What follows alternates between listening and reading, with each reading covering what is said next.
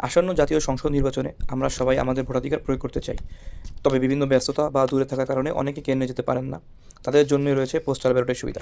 আমি এবার আমার ভোটটি দিচ্ছি পোস্টাল ব্যালটের মাধ্যমে। এটি একটি অত্যন্ত স্বচ্ছ ও আইনি প্রক্রিয়া। যারা সরকারি চাকরিতে আছেন, প্রবাসী কিংবা কারাবন্দী, তাদের জন্য এটি নিজের পছন্দের প্রতিনিধি নির্বাচনের দারুণ সুযোগ। প্রক্রিয়াটি খুবই সহজ। নির্দিষ্ট আবেদন শেষে আপনার কাছে আসা ব্যালট পেপারে নিজের পছন্দ মতো মার্ক করে সেটি আবার ডাকযোগে রিটার্নিং অফিসারের কাছে পাঠিয়ে দেওয়া। মনে রাখবেন, আপনার একটি ভোট দেশের ভবিষ্যৎ নির্ধারণে বড় ভূমিকা রাখতে পারে।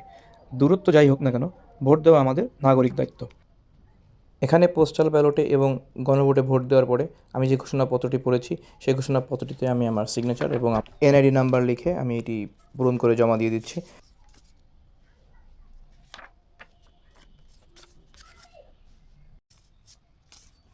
নিয়ম অনুযায়ী গণভোট এবং জাতীয় নির্বাচনের ভোটে যে দুটি ব্যালট আছে, এই দুটি ব্যালটটিকে একত্রে করে সাদা এনভেলপের মধ্যে এটাকে ঢুকিয়ে দিতে হবে। এরপরে ঘোষণাপত্রটি সহ এই সাদা ব্যালটটিকে একসাথে করে হলুদ খামের মধ্যে এটাকে ভরে সিলগালা করে তারপরে এটিকে পাঠিয়ে দিতে হবে নিকটস্থ ডাকযোগে। আমাদের একটি সিদ্ধান্তই পারে আগামী 5 বছরের পথ চলা নির্ধারণ করতে।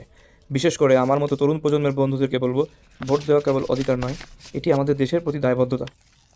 তাই কোনো অজুহাতে ঘরে বসে না থেকে আপনার মূল্যবান রায়টি দিন, কারণ আপনার ভোটই বদলে দিতে পারে আগামীর বাংলাদেশ।